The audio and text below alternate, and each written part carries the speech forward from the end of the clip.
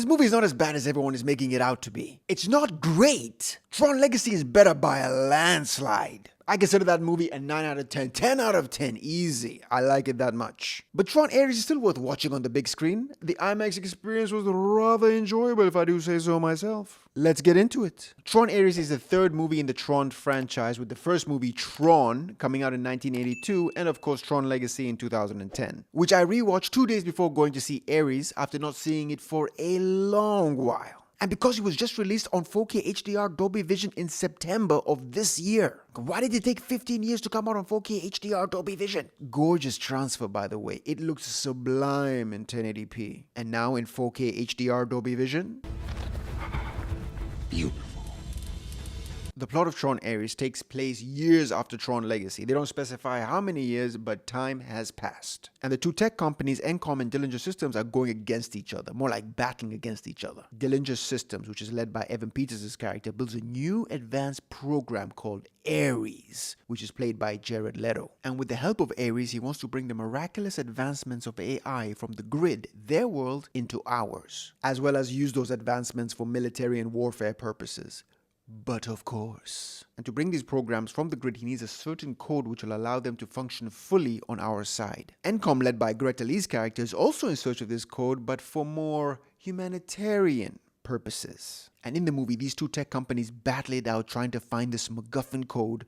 Only question is, who will reach it first, and what will that mean for humanity? To start with the positive, I think the same positive most reviewers and viewers will have is that this movie is beautiful to look at. Not as crisp or as mesmerizing as 2010's Tron Legacy, that's for damn sure, but close enough. The special effects department for these movies need the biggest shout out. I cannot imagine what it takes to render and complete these effects. God bless you all, the unsung heroes.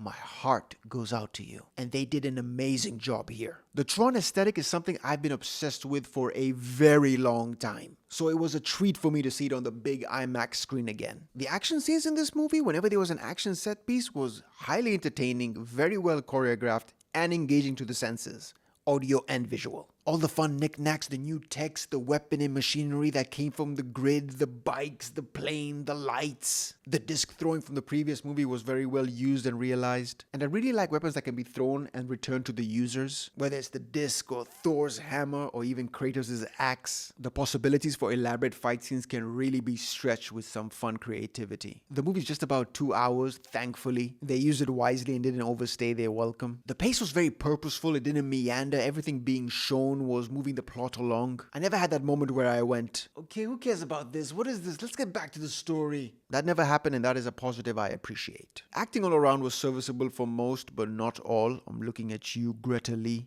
Jared Leto, who I'm normally very neutral on, I thought did a very good job with what he was given. He plays a very stoic, emotionless at first type of character that's learning about human life one day at a time. And that introduces a lot of dry, deadpan, unintentional type of humor, which I thought he conveyed pretty well. Evan Peters, who I am a big fan of, I think is a standout to me. I enjoyed his portrayal and what he brought as an overreaching tech genius that doesn't know when to stop, relishing the strides he's making and intoxicated by the possibilities of this newfound technology, and becomes governed by the temptations of wielding such power.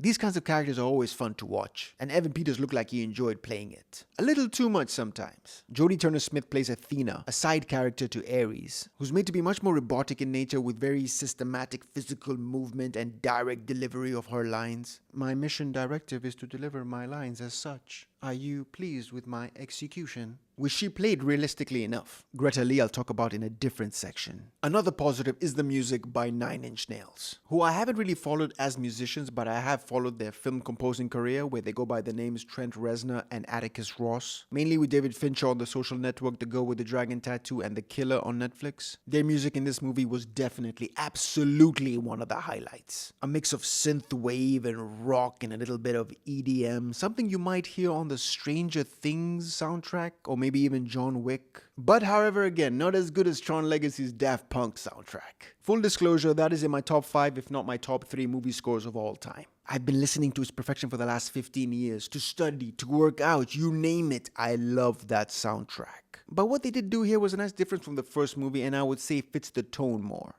Just a little. But I can't say I'm not curious to see what Daft Punk would have done if they came back to do it again. Come on.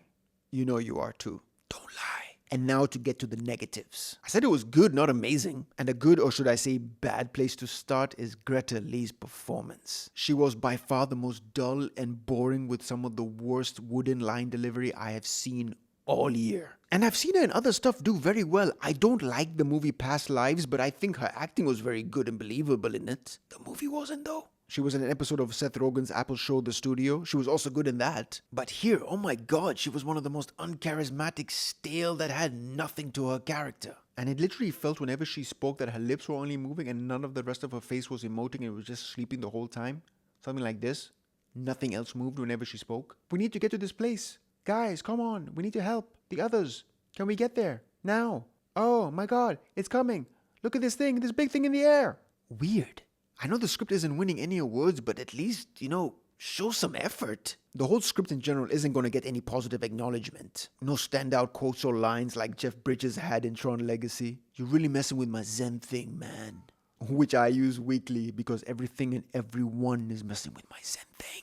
And also the comic relief in this movie didn't even produce one laugh out loud moment. At least they have one. Most movies that have stupid comic reliefs at least have one laugh out loud moment. In this movie, not even one. Another negative I kind of feel bad for pointing out because I can use it for almost every movie that comes out is the predictability of the plot. So many story beats I saw coming a mile away. If Jared Leto's character was a good guy, you know exactly where the story's gonna go. And if Jared Leto's character is a bad guy, you know exactly where the story's gonna go. And when that revelation is given to us, we go, oh, okay, so this is gonna happen, and then that's exactly what happens. Everything Evan Peters' character does in the movie and continues to do has you knowing exactly what's going to happen in the finale. Every time there was a setback, the most likely scenario would be, knew it. And I don't know about everybody else, but I thought this was going to be a continuation of Tron Legacy with the way that ended with Sam Flynn and Cora's character. And this movie is the introduction of new characters with the possibilities of a continuation in part 4. Maybe, who knows, could be if this movie crosses $700 million plus at the box office. This movie seems to have a lot of negative reviews, and I don't fully understand why. It's not meant to change the landscape of the genre, and I wasn't going in expecting it to. With all the reviews I saw, I thought it was going to be god-awful, horrendous, by-the-numbers stupidity with great visuals and a fun soundtrack. And what I got was surprisingly predictable, decent entertainment with fast-paced, fun-looking action and acting that served its purpose, for the most part, with great visuals and a fun soundtrack. I consider that a win for a big studio tentpole movie in 2025. Just saying.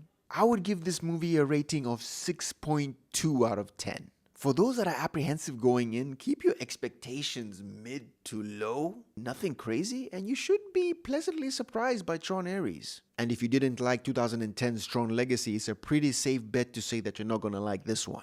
However, if you enjoyed this video, please leave a like, consider subscribing, hit that notification bell to be notified for my next video. And as always, peace, love, and I'll see you when I see you.